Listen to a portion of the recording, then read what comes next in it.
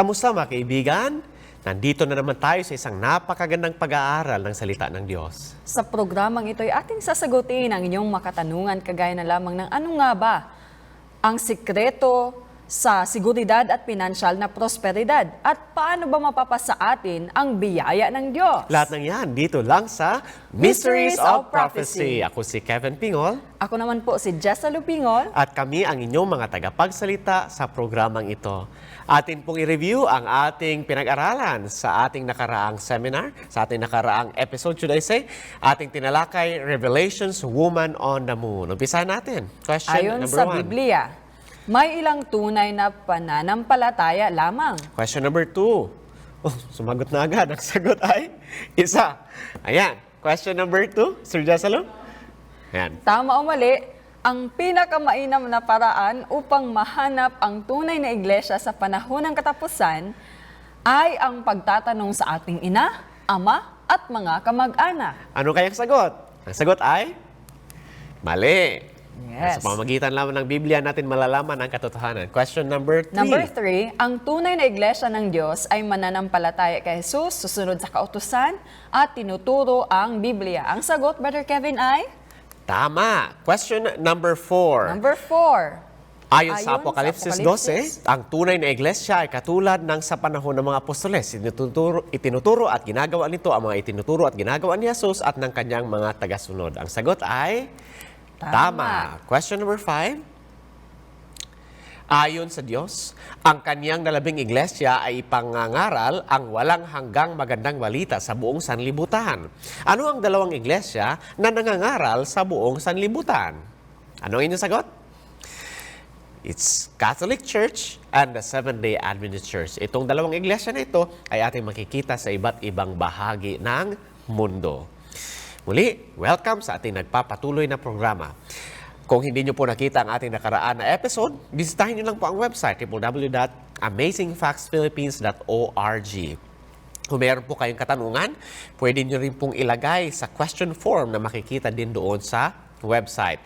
At ang ating handout sa episode na ito, In God We Trust. Tayo ba ay may trust sa ating Panginoon? Nandyan po ang handout. Libre po ang pag-download sa website www.amazingfactsphilippines.org. Ang ating pag-aaralan sa darating na mga episode, susunod na episode si Sir Jessalo? Modern Prophets, Visions, and Dreams. Alam nyo ba na merong tunay na propeta ang Diyos? Paano ba natin malalaman kung ang propeta ay galing sa Diyos o hindi? Yan po ang ating pag-aaralan sa susunod na episode. At sa ating episode 23, Mystery Babylon, Revelation Scarlet Harlot. Kikilalanin natin kung sino ba itong babae na ito. At sa ating pang-24 na episode, The Governor's 6 Mysterious Mistakes. Ang ating pag-aaralan, The Secret to Security and Financial Prosperity. Ano ba ang sekreto sa seguridad? Kaibigan, sino ba sa inyo, gusto nyo po ba ng mas maraming pera? Pakitaas nga yung kamay kung gusto mo ng mas maraming pera.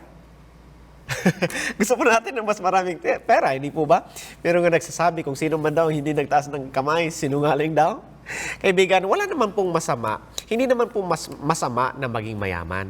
Sinasabi lang sa Biblia, kapag ang ating isipan ay nasa pera na, at wala na sa Panginoon, ibang usapan na po yan. Pero tandaan po natin, napakabuti po ang ating Panginoon at ang gusto niya ay pagpalain niya tayo. Pero sa ating kapanahunan ngayon, nakikita po natin na sa halip na dumami ang ating pera, ay mas dumadami ang ating mga bayarin. Bakit nga ba ganyan? Na para bang ang ating pera ay wala ng halaga? Parang katumbas na lang siya ng tissue paper na Tinatapon mo lang. pagkatapos mo na itapon mo na lang, napakabilis lang mawala at maubos. Para bang ang ating mga bayarin ay mga halimaw na lumalamon sa ating kita at napakabilis nang maubos ng ating pinagtrabahuan. Kaibigan, ano ba ang dahilan ng mga ito? Ano ba ang dahilan kung bakit minsan meron tayong nilalagay sa ating bulsa, pero pagkatapos lang ng ilang sandali, parang butas kahit wala na tayong makuha pang laman? Meron pong sinasabi ang Biblia, Haggai chapter 1, verse 6. Pakiramdam mo ba may butas ang iyong bulsa? Alam mo ba? Nakasulat yan sa salita ng Panginoon. Ito po ang sabi, kayo'y magsisik ng marami at magsisiani ng kaunti. Kayo'y nagsisikain, ngunit hindi kayo nagkaroon ng kahustuhan. Kayo'y nagsisiinom, ngunit hindi kayo nangpapatirang uhaw.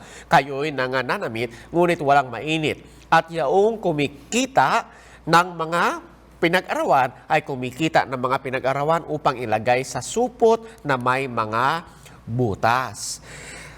Paano ba o ano ba ang solusyon sa butas ng ating mga bulsa? May butas ba ang iyong sisidlan, kaibigan?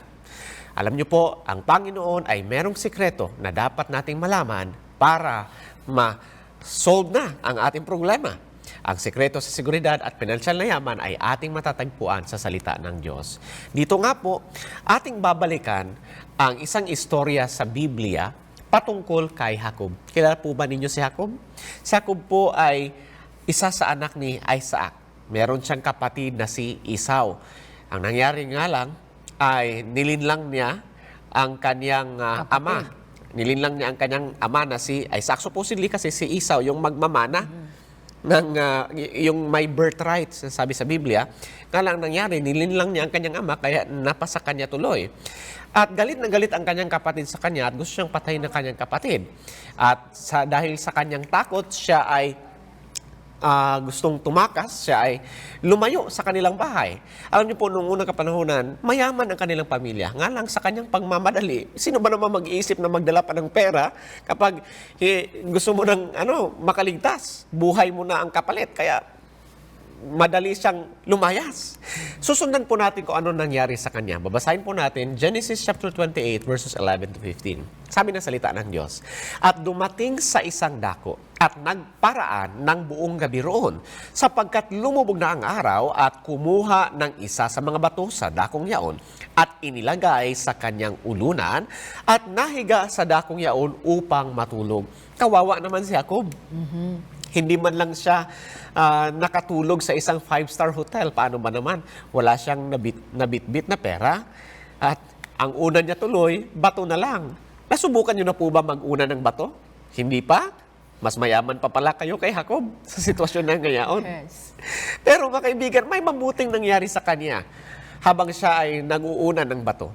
Sabi po dito, at nanaginip at narito ang isang hagdan na ang puno ay nasa lupa at ang dulo ay umaabot sa langit at narito ang mga anghel ng Diyos na nagmamanhik manaog doon.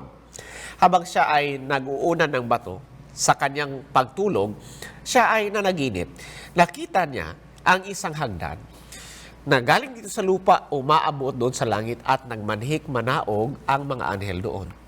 Alam nyo ba na ang hagdanan na yan ay sumisimbolo kay Jesus? Mababasa nyo po sa aklat ng Juan. Na hagdanan na yan ay sumisimbolo kay Jesus. Alam nyo kung bakit? Dahil si Jesus ang siyang koneksyon ng lupa at ng langit. At sa pamamagitan ni Jesus ay nakakapagministeryo ang mga anghel dito sa lupa. Ngayon mga kaibigan, binigyan ng Diyos ng pag-asa itong si Jacob. Sabi po dito sa Genesis 28 verses 11 to 15, at may pangako din na sinabi ang Panginoon sa kanya. At narito, ako'y sumaiyo at iingatan kita saan ka man pumaroon. At pababalikin kita sa lupaing ito sapagkat hindi kita iiwan hanggang hindi ko magagawa ang sinalita ko sa iyo. Wow, napakabuti ng ating Panginoon. Bagaman si Jacob ay makasalanan, ngunit nandyan pa rin ang pag-ibig ng Panginoon sa kanya. At anong nangyari dito? Dahil sa pag-ibig ng Panginoon kay Jacob, anong kanyang ginawa? Dito po ay talagang naantig ang damdamin ni Jacob. At makikita natin kung ano ang kanyang naging reaksyon. At ito rin po, kung ano man ang gagawin ni Jacob, ito din po ang sikreto sa seguridad at pinansyal na yaman. Sabi po dito, Genesis 28 verses 20-22. Babasahin natin ang salita ng Diyos. At si Jacob ay nagpanata. Anong ginawa niya?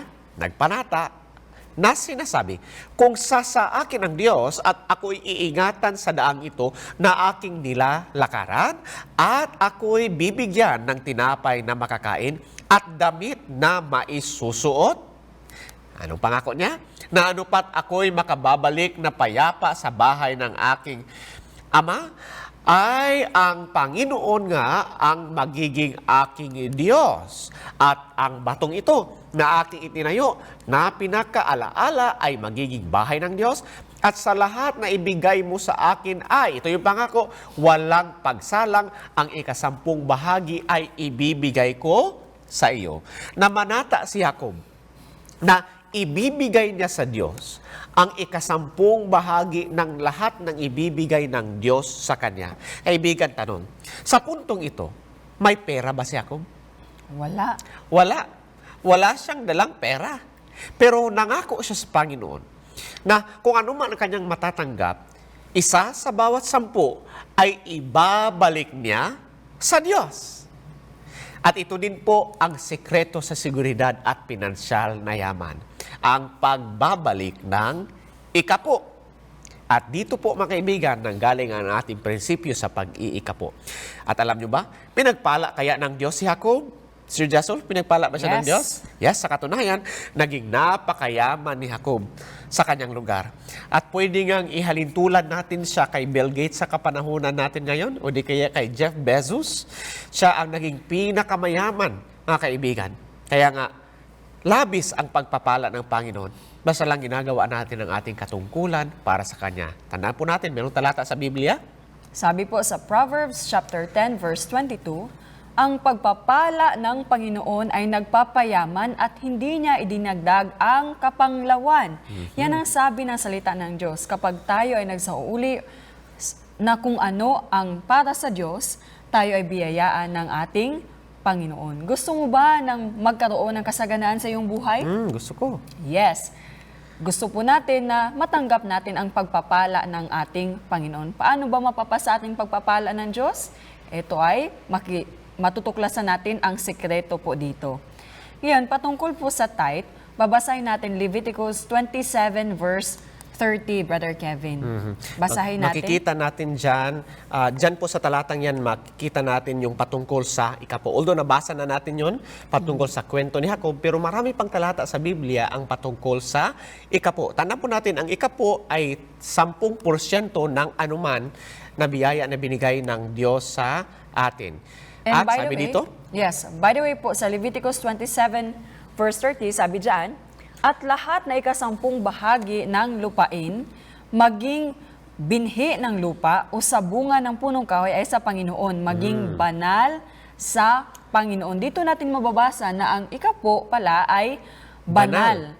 Alam mo ba, Brother Kevin, na meron lang iilang mga bagay na tinatawag na banal sa Biblia. For example, sabi sa Biblia, ang Diyos ay banal. Diyos Ang ay kanyang pangalan ay banal. Ang kanyang kautusan ay banal. Ang kanyang salita ay banal. Ang Ang Sabat, sabat ay banal. banal. At ang ikapo ay banal. kaya kaibigan, sa tingin mo ba mahalaga ang ikapo? Yes, dahil yan ay banal para sa Panginoon. Panginoon. At sabi nga sa talata, Leviticus 27 verse 30, ito ay sa Panginoon. Ibig sabihin, ang ikapo, hindi po natin pagmamayari, ito ay pinapagmamayari ng Panginoon. Kaya kung tayo po ay nagsasauli sa Kanya, kinikilala natin na Siya ang may-ari ng lahat. At lahat ng meron tayo ay kaloob mula sa Diyos. Yes. Sa totoo lang, wala tayong atin. Yes. Sabi sa James 1 verse 17, ang bawat mabuting kaloob at ang bawat sakdal na kaloob ay pawang buhat sa itaas na bumababa mula sa Ama ng mga ilaw na walang pagbabago ni kahit anino man ng pag-iiba. Well, sabi naman ng iba, bakit naman ako naman ang naghirap ng lahat ng pera na nandito sa akin? Pero ang tanong po, sasabihin mo, ang bahay na ito ay sa akin, ang kotseng ito ay sa akin dahil pinagpawisan ko ito. Pero sino ba ang nagbigay sa atin ng kalakasan?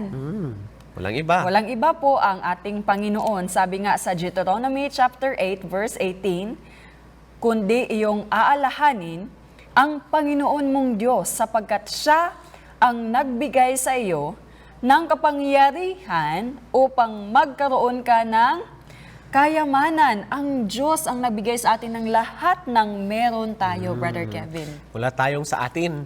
Yes. Lahat ay sa Panginoon. Kaya tayo pang nagpagod niyan, kung hindi naman tayo binigyan ng Diyos ng buhay, hindi natin makakamtan yan. Kaya alam natin na lahat na meron tayo ay bigay ng Diyos. Ngayon, ang tanong, ano ba ang paggagamitan ng ikapo or 1/10 sa Biblia? Babasa tayo. Numbers 18 verse 21. At sa mga anak ni Levi, sino bang mga Levites? Yes, Ito sila yung yung- mga tao na namamahala sa serbisyo doon sa loob ng templo. Yes. Aking ibinigay ang lahat ng ika-10 bahagi sa Israel na pinakamana na ganti sa kanilang paglilingkod na kanilang ipinaglilingkod sa makatuwid bagay sa paglilingkod sa tabernakulo ng kapisanan. Ngayon, kaya nga, hindi na kailangan magtrabaho ng mga Levites or yung mga namamahala sa serbisyo sa templo Yes. sapagkat sila ay binibigyan ng bahagi dahil sa kanilang paglilingkod. Kaya hindi nila kailangan maghanap o magtrabaho ng Iba pa. sekular Yes. na trabaho. Labas sa kanilang gawain doon sa templo. Yes. Kaya kailangan na sila ay maglingkod sa Panginoon full-time talaga.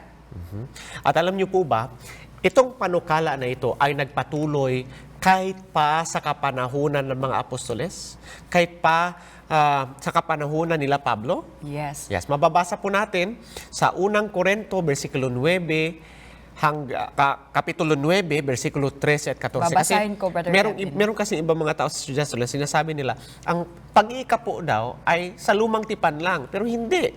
Kahit sa kapanahunan ng mga apostol, nagpapatuloy po ito. Sabi dito, Sabi diyan, hindi ba ninyo nalalaman na ang mga nagsisipangasiwa sa mga bagay na banal ay nagsisikain ng mga bagay na ukol sa templo at ang mga nagsisipaglingkod sa dambana ay mga kabahagi ng dambana. Verse 14 sabi, gayon din naman ipinag-utos ng Panginoon. Sino bang nag-utos, Brother Kevin? ang Panginoon ang Ang nag-utos. Panginoon. Na ang mga nagsisipangaral ng Ebanghelyo ay dapat mga buhay sa pamamagitan ng Ebanghelyo. Napakaliwanag, Sister Jaselu. Ang gospel ministry po ay isusulong sa pamamagitan ng tithe or pag-iikapo. At sila po yung mga tumatanggap nito, yung mga evangelist or yung mga pastor, ay hindi po sila yung mayaman. In fact, kung ikaw ay mangangaral, kailangan pa nga ng asawa nila na magtrabaho pa upang matustusan ang kanilang mga pangangailangan. At isa pa po, walang sinuman na yumayaman sa pagtanggap ng ikapo. Pero alam mo ba, sa ibang iglesia, Brother Kevin, iba yung sistema nila. Dahil, Naabuso. yes, kasi yung tithe nila, yung ikapo nila, nananatili sa local na iglesia. At dumidiretso kung- sa yes. Pangulo, sa pastor ng iglesia na yon. At kung ikaw ay malaki ang iyong kongregasyon, malaki rin yung matatanggap at ikaw ay yayaman. Kaya nga yung ibang tao, yung ibang mga tagapamahala sa kanilang iglesia ay yumayaman, nakakapagawa sila ng napakalaking bahay, mansion pa. Ito matindi. Yes. Yung iba nga, kayang bumili ng private jet na nagkakahalagang $20 million. Just imagine. Napakayaman nila na Pero- pwede silang maglakbay kahit saan. Pero kaibigan, hindi po ganyan sa Seventh-day Adventist Church. Kasi sa Seventh-day Adventist Church, ang ikapo ay hindi po dumidiretso sa pastor. Halimbawa, kapag ikaw ay nag-iikapo sa iyong simbahan, sa lokal na simbahan sa Seventh-day Adventist Church, lahat ng ikapo sa simbahan na yun ay aakyat patungo sa tinatawag na mission or sa konferensya. At yung mission o yung konferensya, sila yung nagpapasweldo sa pastor. Kaya nga, ang mga pastor, malaki man ang kanyang simbahan o maliit, pare-pareho ang kanilang sweldo. At ganyan po ang sistema sa Seventh-day Adventist Church. Kaya nga, yung mga pastor, hindi sila matatakot na turuan ng tama yung kanilang mga miyembro. Kasi yung nagpapasweldo sa kanila ang konferensya. At pwede nilang disiplinahin na turuan ng tama yung kanilang mga pinapamahalaan. Pero alam niyo po bang kagandahan sa Seventh-day Adventist Church? Yung ikapo na binibigay ninyo sa simbahan, sa inyong local church, ay hindi lang po yan basta para dyan. Makakatulong din yan sa gawain sa iba't ibang lugar. Kasi nga, halimbawa, yung ikapo na tinatanggap ng mission, yan ay may porsyento dyan, may bahagi dyan na aakyat sa tinatawag na union. At yung union po, halimbawa sa Luzon, dito sa Luzon, kung saan natin nire-record itong programang ito, ang ikapo dito sa Luzon ay mapupunta sa North Philippine Union Conference. At ibig sabihin, yung ikapo galing sa iba't ibang maliit na iglesia ay makakatulong sa gawain sa Palawan, makakatulong sa gawain sa Ilocos at sa iba't iba pang nasasakupan, pati na sa Bicol region, iba't iba pang nasasakupan ng North Philippine Union Conference. At alam nyo bang kagandahan? Hindi lang basta dito sa Pilipinas. Dahil yung ikapo nating binibigay dito sa local church, umaakyat yan patungo sa mission, galing sa mission patungo sa union, at may bahagi din ng ikapo na nandoon sa union na umaakyat patungo sa division. Sa Pilipinas, ang nasa ilalim po ng Southern Asia Pacific Division, at ang mga division naman po, meron tayong 13 division sa buong mundo, at yan ay pinapanguluhan ng General Conference. Ibig sabihin, yung ikapo dito sa Pilipinas ay nakakatulong sa iba't ibang bahagi ng mundo. Nakakatulong sa gawain sa Africa, nakakatulong sa gawain doon sa pati sa India, pati sa Middle East. Nakakatulong po ang ating mga ikapo dito sa Pilipinas. Ganyan po ang sistema sa Seventh-day Adventist Church, kaya hindi po naaabuso ang ikapo dito sa Seventh-day Adventist Church. Atin po natuklasan sa ating nakaraang pag-aaral ang Seventh-day Adventist Church ay ang tunay na iglesia ng Diyos. At ganyan po ang sistema ng ikapo sa Seventh-day Adventist Church. At sabi nga ng aking asawa, hindi po nakakapagpayaman ang ikapo dito sa Seventh-day Adventist Church kasi ang mga pastor, ang kanilang tinatanggap, mga misyonaryo po ang mga pastor dito sa Seventh-day Adventist Church. At sapat lamang sa kanilang pamilya at sa kanilang pangangailangan yung kanilang sweldo. Kaya nga ang iba, ang kanilang mga asawa ay nagtatrabaho rin para matustusan ang pangangailangan ng kanilang pamilya. Ganyan po ang sistema sa Seventh-day Adventist Church. Ngayon po, tingnan natin, ano pang sinabi ni Jesus? Matthew 23 verse 23. Alam niyo po ba na kahit si Jesucristo mismo ay inendorso niya ang pag-iikapo? Although hindi siya direkta, pero makukuha natin dito sa talatang ito na talagang ang binanggit ni Jesus ang patungkol sa ikapo. Babasahin po natin, Matthew 23 verse 23. Sabi dyan, "Saba ninyo mga iskriba at mga pareseo, mga mapag-imbabaw, sapagkat nagbibigay kayo ng ano po? Ikapo. Yes. Ano yung kanilang binibigay ng ikapo? Yerba buena at ng anis at ng kumino at inyong, by the way, yung mga yan, yerba buena, anis at ng kumino, yan po ay mga spices at yan yung pinakamaganda na klase ng ikapo na kanilang maibibigay doon sa templo noong kanilang kapanahunan. At sabi dyan, at iyong babayaan, di ginagawa ang lalong mahalagang bagay ng kautusan na dili iba't ang karunungan at ang pagkahabag at ang pananampalataya. Datapwat, sana ninyong gawin ang mga ito. Anong tinutukoy dyan ni Jesus na dapat gawin? Yung mga katarungan, pagkahabag at pananampalataya. At, merong at huwag pabayaang di gawin yaong iba. Ano pa bang iba pang binanggit dyan? Dalawang bagay po ang binanggit. Unang binanggit yung pag-iikapo. Pangalawang binanggit ay yung katarungan, pagkahabag at ang pananampalataya. Kaya sa huling phrase ng talata na iyan, anong tinutukoy dyan na huwag pabayang gawin yung iba? Wala po yung iba, kundi yung pag-ika po. Kaya sabi ni Jesus, dapat kayo ay mahabag, dapat kayo ay magkaroon ng karunungan at pananampalataya. Ngunit huwag nyo ring kalimutang o huwag nyong pabayaang gawin yung pag-iika po. Kaya ayan, nakita natin na ininurso mismo ni Jesucristo ang pag-iikapo. Meron naman mga tao na nagsasabi na para lang daw sa mga Hudyo ang ikapo. Sir Jasalo, para lang ba sa mga Hudyo kaibigan ng pag-iikapo? Tingnan po natin kung ano sinasabi ng Biblia.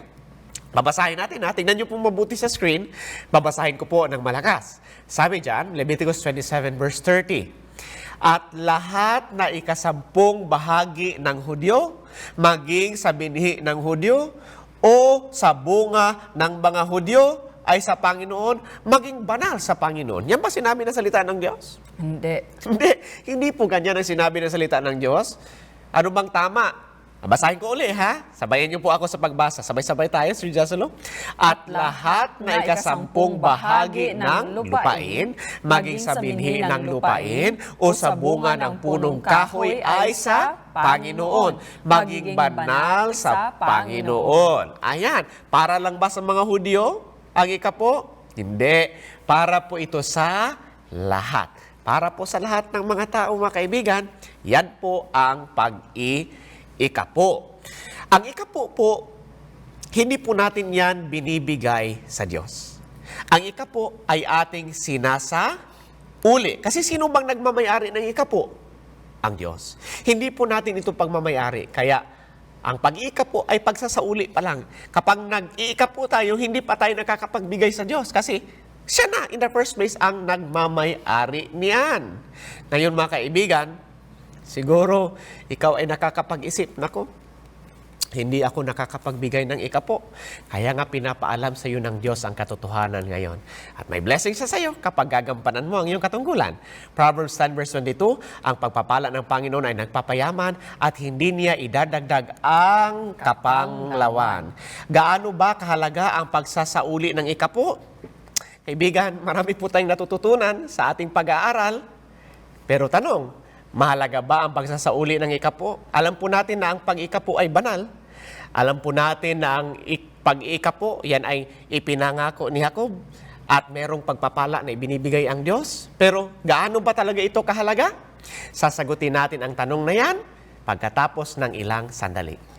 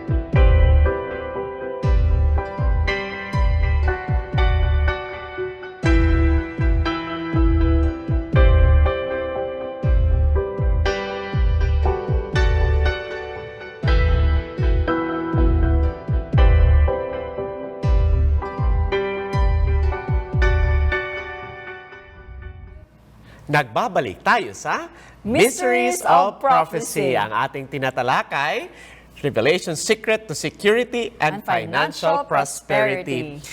Atin pong natuklasan na ang pagbabalik pala ng ikapo ay nagbibigay ng pagpapala. Ito po ay pagmamayari ng Panginoon. At hindi po nagbibigay ng kapanglawan ng Panginoon basta ginagawa lang natin ang ating katungkulan. Ang tanong, Sister Jessalo, gaano ba kahalaga ang pagsasauli ng ikapo? Mahalaga ba ito? Babasahin po natin ang talata. Malakias 3, versikulo 8 at 9. Nanakawan baga ng tao ang Diyos, gayon may ninanakaw ninyo ako. Ngunit inyong sinasabi, sa ano ka namin ninakawan? Sa mga ikasampung bahagi at handog. Wow! Ganyan pala natin pinagnanakawan ang Diyos. At sabi dyan, verse 9, kayo'y nangagsumpa ng sumpa sapagkat inyo akong ninakawan sa makatuwid bagay nitong buong bansa. Pwede nating pagnakawan ng Panginoon. Delikado ba kapag ninanakawan natin ng Panginoon? Yes. Hindi ba't kasalanan ng pagnanakaw? Kaya nga sinusumpa tayo ng Panginoon kapag hindi tayo nagbabalik ng ikapo. Haggai chapter 1 verse 9, sabi dyan, kayo'y nangaghintay ng marami at narito, ang dumating ay kaunti, at nang inyong dalhin sa bahay, aking hinipan. Bakit? Sabi ng Panginoon ng mga hukbo, dahil sa aking bahay ay nahahandusay, nawasak. Samantalang tumatakbo bawat isa sa inyo sa kani-kaniyang sariling bahay. Sabi ng Panginoon, ang ganda-ganda na ng bahay ninyo, ang laki-laki na, ngunit ang aking bahay nakahandusay, pinapabayaan ninyo ang aking simbahan, pinapabayaan ninyo ang aking gawain. Kaibigan, kapag ang iyong pera ay inihip ng Diyos, kapag ang iyong yaman ay sinumpa ng Diyos, malayo ba ang maaabot niyan? Saan ba ang mas malayo ang maaabot? Ang iyong 90% na may pagpapala ng Diyos? O ang 100% na may sumpaan ng Diyos? Saan bang mas malayo maabot? Alam natin na mas malayo maabot yung 90% dahil nandyan ang pagpapala ng Diyos. Sabi ng Proverbs 10 verse 22, basahin nating lahat, Sir Jasalu. Proverbs 10:22, Ang pagpapala ng Panginoon ay nagpapayaman at hindi niya idinadagdag ang kapanglawan. Actually po, hindi mapapasa atin ang biyaya ng Diyos habang ninanakawan natin siya. Kaya po, siguro ang ilan sa inyo nakapag-iisip, naku, paano ko babayaran yung aking hindi pag-iikapo? Ang laki na ng utang ko sa Diyos. Pwede po yung makancel. Yan po ay sa pamamagitan ng pagpapabautismo. Yes. Ang tanong po, kasunod na ating katanungan, saan natin ilalagak ang ating ikapo? Malakay chapter 3 verse 10. Babasahin ko po. Sabi diyan, dalhin ninyo ang buong ikasampung bahagi sa kamalig upang magkaroon ng pagkain sa aking bahay. At subukin niyo ako ngayon sa bagay na ito, sabi ng Panginoon ng mahukbo, kung hindi ko bubuksan sa inyo ang mga dungawan sa langit at ihuhulog ko sa inyo ang isang pagpapala na walang sapat na silid na kalalagyan.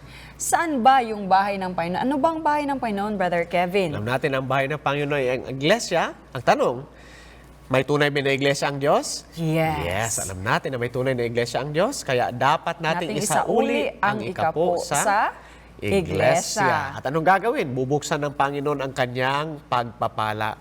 Ngayon, kapag tayo ay nagbabalik ng ikapo, ano bang ating gagawin? Pagtanggap natin halimbawa ng ating sweldo.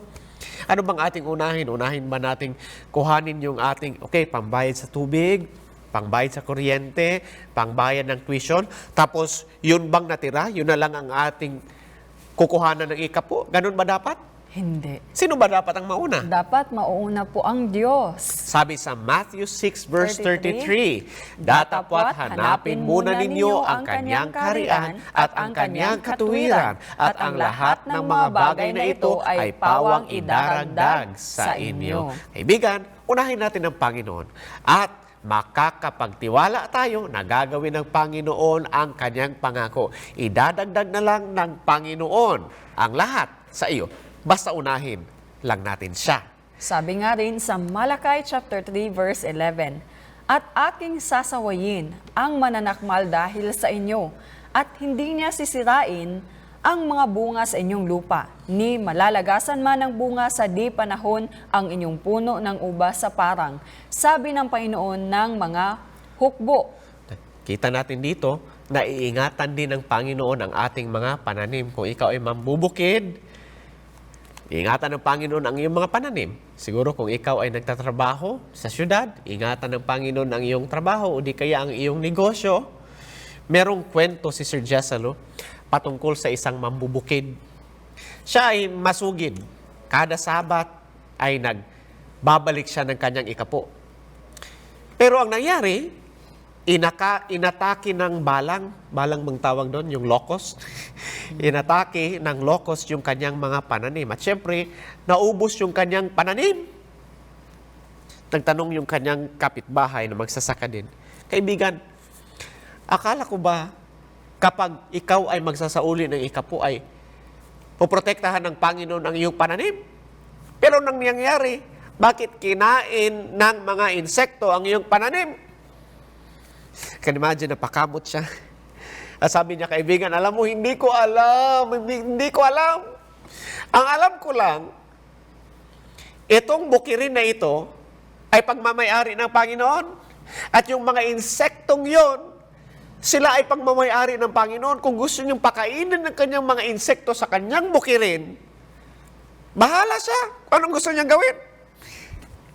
At alam niyong ginawa niya, dahil nga wala na siyang pananim na natira, muli siyang nagtanim. At alam niyo po kaibigan, sa taong iyon, siya yung pinakamaraming ani sa lahat ng mga magsasaka sa kanilang lugar. Minsan po tayo ay sinusubok. Pero huwag tayong bibitaw sa Panginoon. Hawakan lang natin ang Panginoon. Meron nga kasabihan, all things work together for good to them that love God. Sila na mga nagtitiwala sa kaniyang pangako. Kaya kung hindi pa good ang all things, kung hindi pa good lahat, hindi pa po yun lahat-lahat. Dahil kapag tayo nagmamahal sa Panginoon, ang katapusan talaga ng kwento ay kabutihan para sa atin. Kaya nga sabi sa Philippians chapter 4 verse 19, at pupunan ng aking Diyos ang bawat kailangan ninyo ayon sa kanyang makayamanan sa kaluwalhatian kay Kristo Jesus. Ibibigay ng Panginoon ang iyong mga kailangan. Yes, mga kailangan. For example, Sister Jessalo, pwede ba tayong humiling na, Panginoon, magbabalik ako ng ikapo. Kailangan ko ng Fortuner? Pwede ba ganon? Hindi. Hindi na po ganon. Alam po ng Panginoon kung ano ating pangangailangan at kung anumang bagay makabubuti sa atin, ibibigay yan ng Panginoon. Pero kung alam ng Panginoon, makakasama yan sa atin, hindi po yan ibibigay ng Panginoon. Tandaan po natin, Proverbs 10 verse 22, ang pagpapala ng Panginoon ay nagpapayaman at hindi niya idinadagdag ang kapanglawan. Yan pala mga kaibigan. Yan ang ikapo. Malaki ba ang hinihingi ng ikapo? Ng Panginoon, should I say? Hindi. Ang ikapo ay 1/10 ng ating kita. Malaki ba yan? Maliit. Well, tingnan po natin ito. Halimbawa, magkano ba ang ikapo ng 1,000,000? 100,000. 100,000? Yes. Nako, ang ibang mga tao, mga kaibigan, pag marinig nila 100,000, ang laki-laki naman yan. Pero kaibigan, isipin mo pong mabuti. Kapag ikaw ay merong 1,000,000, kaya mo bang ibigay ang 100,000? Yes. Bakit hindi? Meron kang 1,000,000. Kung hindi ka pinagpala ng Panginoon, hindi ka magkakaroon ng 1,000,000. Kaya huwag kang magdalawang isip na ibalik sa Panginoon ng 100,000 kasi siya ang nagmamay-ari niyan. Kaunti lang yan. Kasi magkano matitira sa'yo? 900,000. Magkano lang yung ibabalik mo sa Panginoon? 100,000 lang. Actually, isipin natin mabuti. Isipin niyo po ito. Kung meron lang kayong 10 piso, magkano ikapo? Piso. Malaki, maliit? Maliit. Hindi tayo mahirapang magbigay ng piso, tama? Magkano po ba ang ikapo ng 100? 10 peso. Pero, malaki ba, maliit? Maliit lang, madaling ibigay. Magkano ba ang ikapo ng 1,000? 100? Kayang ibigay? Kaya. Magkano ikapo ng 1,000,000? 100,000? Mahirapan ka bang ibigay yan? Noon ngang wala kang pera, madali lang sa iyo magbigay. Ngayon pa na nagkapera ka na. Kaibigan, kaunti lang po ang ikapo. At huwag kang magdalawang isip na ibigay yan sa Panginoon. Halimbawa, kung iyon namang income ay iyong pinagkakitaan ay ang pananim. Halimbawa, mayroon kang prutasan. At nag-ani ka ng 10 bagon ng mangga. Gaano karaming ikapo? Isa. Anong gagawin mo yan? Dadalhin mo yan sa simbahan at ibibigay doon sa pastor? Hindi po ganon. Ang ginagawa po ng iba, binibenta nila yon at ang value, yung pera ng equivalent noong isang bagon ay binibigay nila sa simbahan at yun yung ikapo. Ang ginagawa naman ng iba, nag-estimate sila. Okay, magkano kaya ang halaga ng isang bagon? Ganito. So ito yung aking ikapo. Kaibigan, ingat ka kapag ikaw ay mag-estimate, siguraduhin niyo po na hindi mo lulugiin ang Diyos. Huwag na huwag malulugi ang Diyos. Mas mabuti pag ikaw malugi kaysa ang Diyos malugi. Kasi kapag nanakawan mo ang Diyos, malaking kasalanan yan. Napakabuti po ng Diyos. Huwag kang matakot. Magbalik ng ikapo sa Panginoon. Ang ikapo ay 10% ng ating kita. Kagaya po ng Sabat. Ang Sabat ay isa sa 7 araw. Meron kang 6 para sa'yo, pero ang isa, yan ay sa Panginoon. Yan din po ang Sabat, espesyal para sa ating Panginoon. Muli, ang ika-po ay 1/10 ng ating kita. Sabi sa Malakias 3 versikulo 8, nananakawan baga ng tao ang Diyos, gayon may ninanakaw ninyo ako, ngunit inyong sinasabi sa ano ka namin ninakawan? Sa mga, ano pong sabi? 10 bahagi. Number 1, at sa mga Handog. wow, meron pa palang isa.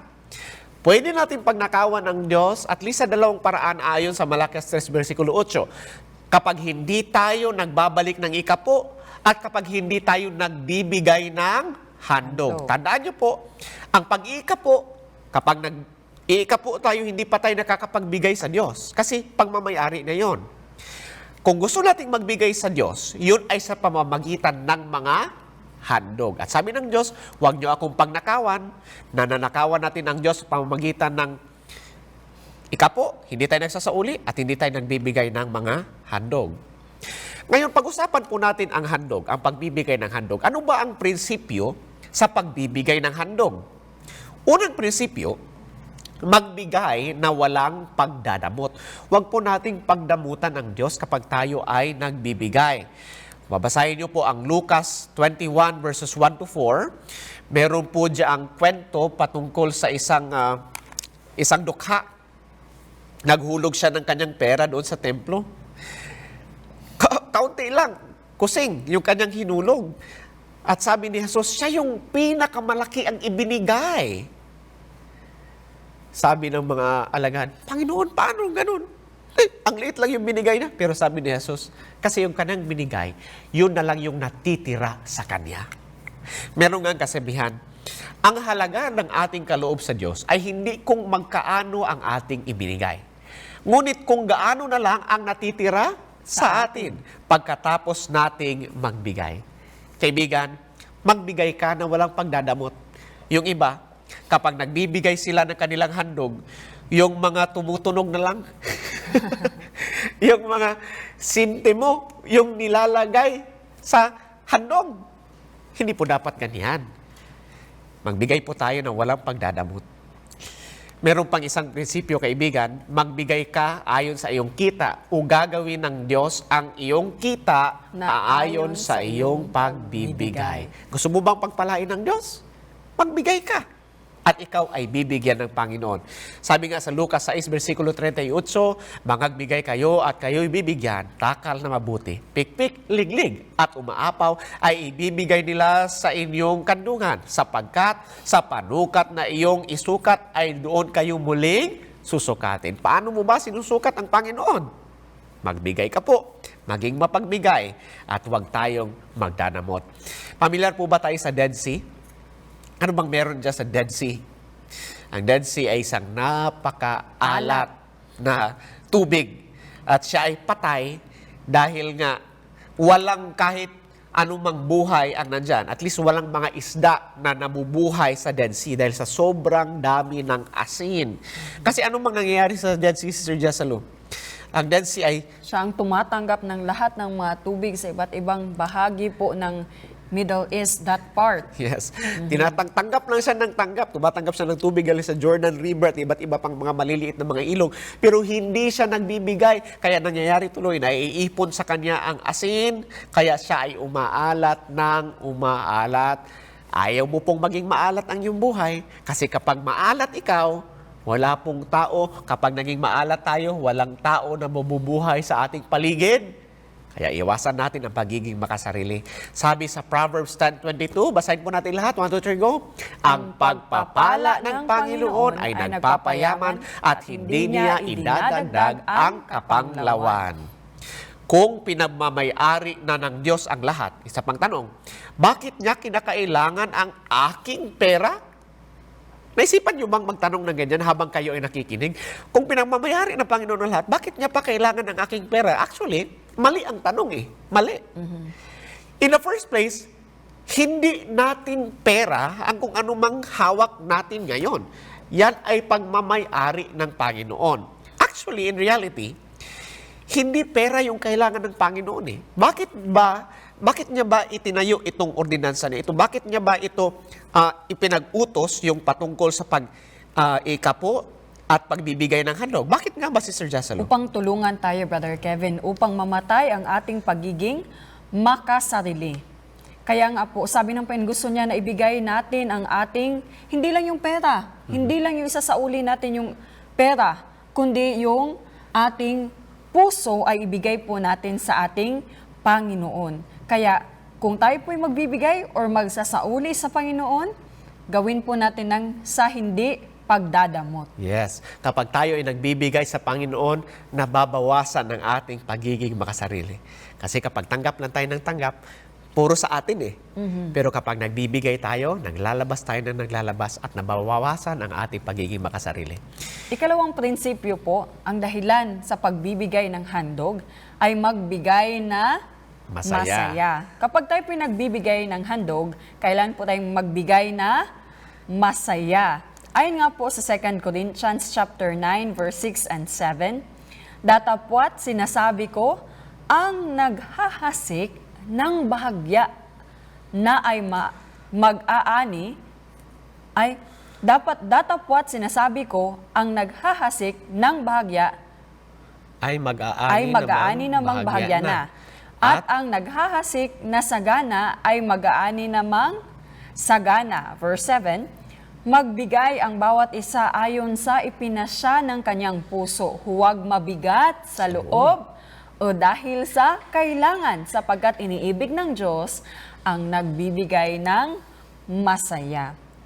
Kapag tayo nagbigay, dapat tayo ay masaya, hindi po tayo napipilitan. For example, kagaya na lamang Mabigat yung ng loob. birthday mo, Brother Kevin. At tapos sabi ko sa iyo, Brother Kevin, meron akong ibibigay sa iyo na regalo. Tapos sinanggap mo. Tapos sabi ko sa iyo, alam mo ba, kung hindi mo lang talaga birthday, hindi ko yan ibibigay sa iyo. Napakamahal niyan. Gusto bang tanggapin pa ang regalong binigay ko sa iyo, Brother Kevin? Kakahiya naman, ibabalik ko na lang. Of course not. Kailangan po, kapag tayo nagbigay, tayo ay masaya, hindi po na tayo ay napipilitan. Yes. Sabi po Sinusumbat pa na, Yes? sinusumbat pa ang Panginoon kasi ayaw kong matanggap yung iyong parusa, ayaw kong makatanggap ng iyong tawag nito, punishment at iyong mga pangit na resulta sa aking buhay. Kaya magbabalik na lang ako na ikapo, magbibigay na lang ako ng handog. Napipilitan ba? Ayaw makatanggap ng sumpa. Hindi po dapat ganun.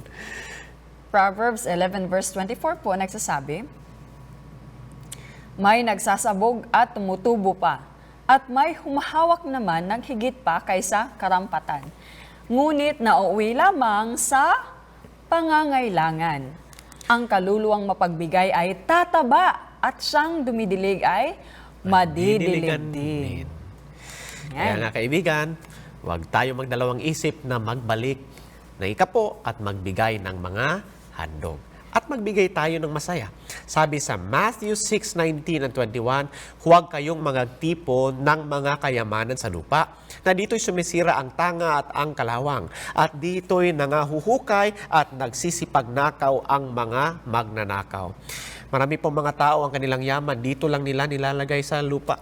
Palaki ng palaki ang kanilang bahay, parami ng parami ang numero sa kanilang bank account, pero kaibigan, darating ang araw, hindi po natin mapapakinabangan yan. Kahit gaano pa kaganda ang iyong bahay, pero kung wala ka naman sa langit, sayang din, kaibigan.